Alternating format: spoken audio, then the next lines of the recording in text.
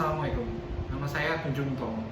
Selain sebagai CEO di PT Gerdu Sentra Inovasi Teknologi dan juga PT Travisep Infomedia, saya saat ini juga tergabung ke tim relawan IT pemerintah Provinsi Jawa Timur yang mengerjakan beberapa solusi untuk penyakit COVID-19 yang sekarang sedang menjadi wabah. Tahun 2005 di Aceh, saya adalah koordinator relawan untuk membantu korban tsunami di Aceh. Nah, dari beberapa pengalaman saya dalam turut terjun dan aktif di dalam kegiatan-kegiatan sosial, nah banyak di antara kasus di mana bencana atau baik bencana alam maupun bencana yang ditimbulkan oleh perilaku manusia, banyak di antaranya membutuhkan solusi yang cepat, mudah diterapkan, dan tepat sasaran.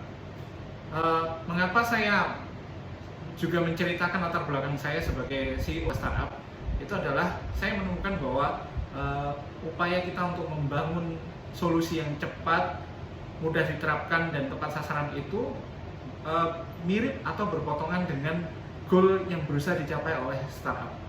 Di startup kita juga berusaha untuk membangun sebuah solusi yang tepat sasaran, cepat bisa diterapkan, dan juga tepat guna.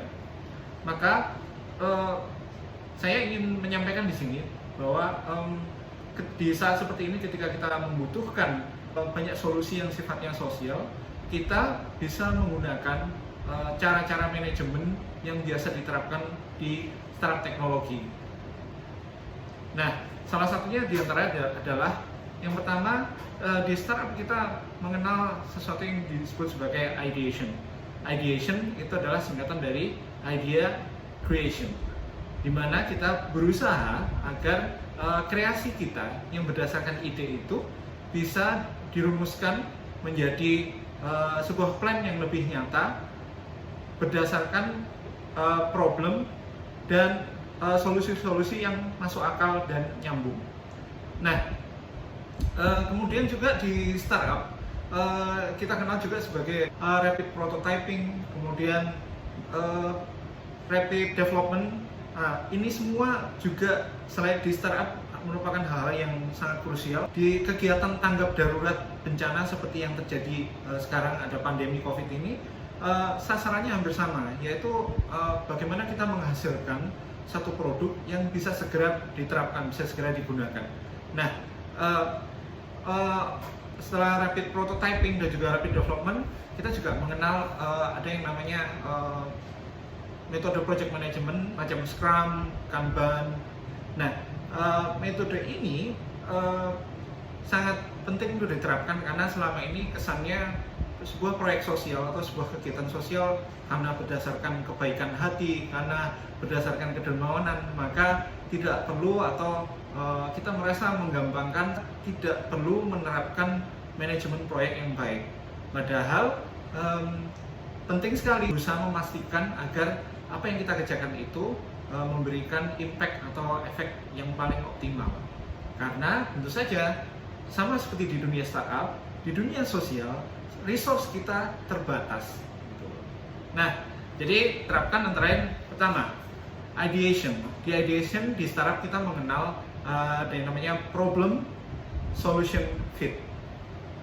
Jadi yang pertama kita harus mengetahui problemnya itu apa.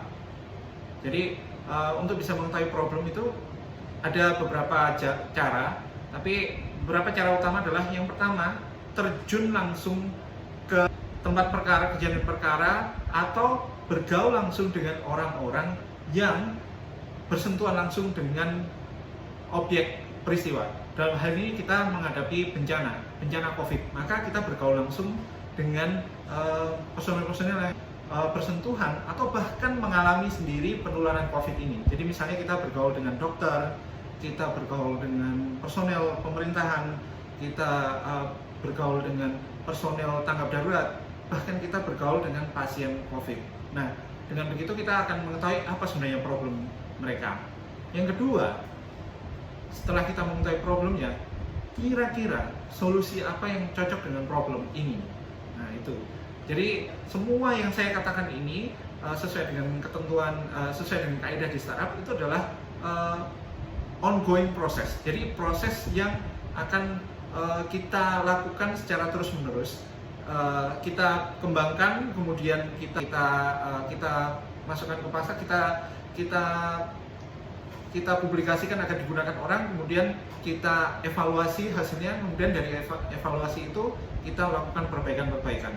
Jadi jadi kerangka berbicara kita di dalam materi ini adalah kita akan berbicara secara continuous improvement. Jadi kita tidak mengharapkan segala sesuatunya akan sempurna, akan tepat sasaran 100% dari awal. Jadi kita bergerak, kemudian langsung membuat solusinya, kemudian kita langsung mendeploy solusinya, dan kemudian kita melakukan evaluasi terhadap hasil dari solusi, kemudian melakukan perbaikan-perbaikan secara dalam cycle yang cepat, sehingga perbaikan produk dan deployment-nya produk itu segera bisa dipakai dengan cepat.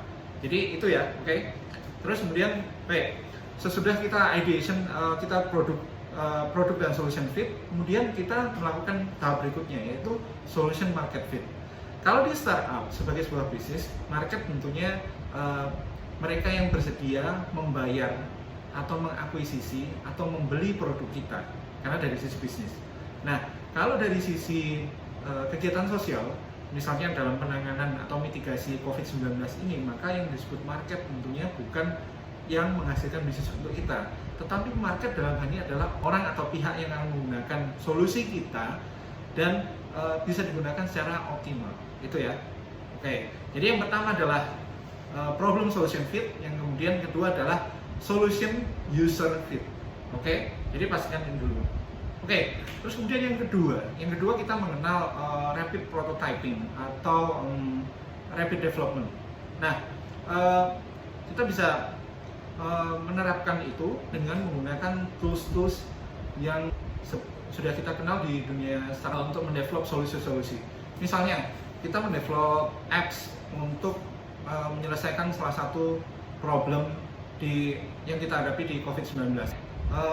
Dalam kasus saya misalnya di tim relawan IT Pemprov Jawa Timur, kami menghadapi kasus di mana kami perlu membangun sebuah sarana informasi interaktif antara pemerintah Provinsi Jawa Timur dengan warga Jawa Timur. Nah, ketika kita bicara informasi, kita nggak langsung semua informasi kita hajar terus kita masukkan ke dalam, kita cakup ke dalam aplikasi kita, tetapi kita ingat resource selalu terbatas. Jadi kita harus selalu berusaha menemukan informasi apa yang harus kita fokuskan dan kita dahulukan untuk bisa tampil di aplikasi kita. Dalam kasus kami, tim relawan IT, kami menemukan bahwa informasi yang sangat dicari oleh warga Jawa Timur adalah informasi penderita, informasi ODP dan PDP di daerah-daerah yang mereka memiliki kepentingan. Jadi misalnya di sekitar rumah mereka, terus kemudian di sekitar rumah keluarga mereka, di sekitar rumah bapak ibu mereka. Jadi dan juga yang berkepentingan itu dalam artian di daerah di mana misalnya kita ada keperluan di daerah mana, kita ingin mengetahui kondisi ODP, PDP di situ. Nah, jadi itu yang kemudian kami pilih sebagai titik tekan di solusi yang akan kami bangun itu. Jadi itulah kenapa sebabnya kemudian aplikasi kami itu disebut sebagai radar COVID.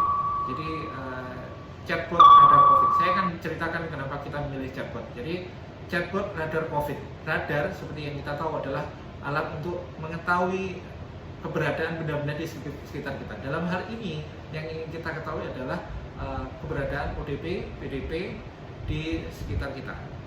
Nah, kemudian dengan prinsip yang tadi, problem solution fit, kemudian solution user fit, dan kemudian kita berusaha agar ini serapid mungkin atau secepat mungkin bisa dideploy ke masyarakat.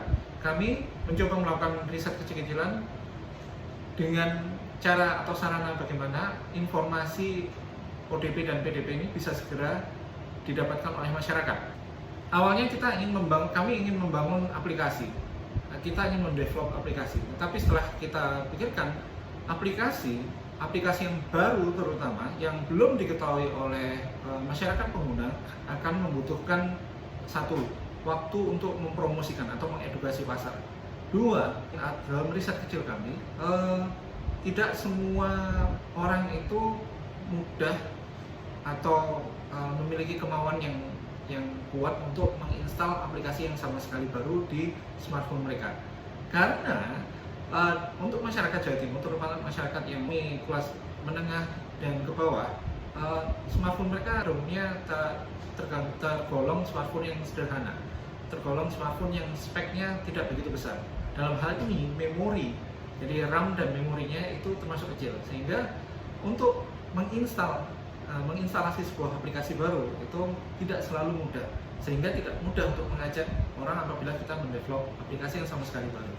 Nah, kemudian kita melakukan pemetaan apa yang banyak digunakan oleh masyarakat Jawa Timur, yaitu ada sebuah aplikasi instant messenger yang tidak asing lagi, yaitu bernama WhatsApp.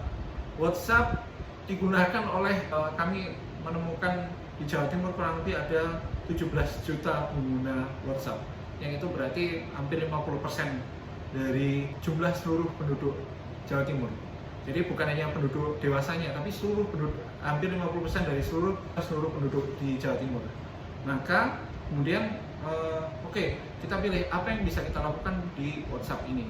Nah, di WhatsApp ini ada akhir-akhir ini banyak orang mengembangkan sebuah fitur yang disebut sebagai chatbot. Dan kebetulan anggota tim kami, ya salah satu pionir tim kami, yaitu Mas Rian Fabela, sebelumnya sudah mengembangkan beberapa jenis chatbot. Maka kemudian selain itu lebih tepat sasaran sesuai dengan kaidah problem solution fit, kami juga dalam kaidah rapid development dan juga rapid prototyping ini lebih sesuai, karena satu, aplikasi WhatsApp sudah ada, jadi kita nggak perlu menginstal aplikasi yang baru. Selain sudah ada aplikasi WhatsApp, penggunaannya sudah menjadi bagian dari kegiatan sehari-hari dari masyarakat kita, masyarakat Indonesia pada umumnya. Maka kami go ahead dengan mengembangkan chatbot WhatsApp.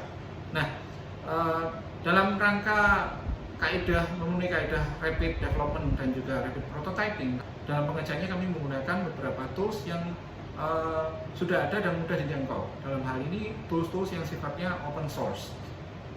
Nah, jadi beberapa tool yang kami gunakan untuk backend-nya kami menggunakan PHP atau PHP. Kemudian kenapa kita gunakan PHP? Karena di PHP sudah tersedia banyak sekali library yang siap digunakan. Begitu. Terus berikutnya, ini setelah mengembangkan produknya itu sendiri, dalam memanage proyeknya itu sendiri, kami menerapkan salah satu metode manajemen proyek yang modern yang banyak dipakai di dunia startup, yaitu menerapkan Scrum. Jadi di awal seperti sejenis rapat gitu, kami menetapkan sasaran-sasaran apa yang hendak dicapai atau yang di Scrum disebut sebagai sprint planning.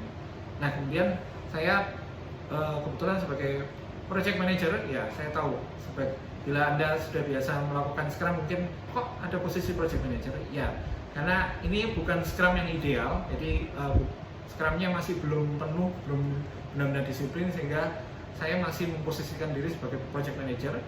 Selain karena tugas, juga karena lebih mudah untuk memahamkan orang. Kalau saya mengatakan saya sebagai Scrum Master, orang terutama mereka yang belum pernah menerapkan Scrum, dan tim kami di Relawan IT Jawa Timur bekerja sama langsung dengan teman-teman dari Pemprov Jawa Timur, di mana tidak semua atau bahkan banyak di antara mereka yang belum pernah mendengar Scrum, sehingga saya tidak menyebut diri saya sebagai Scrum Master atau Project Owner.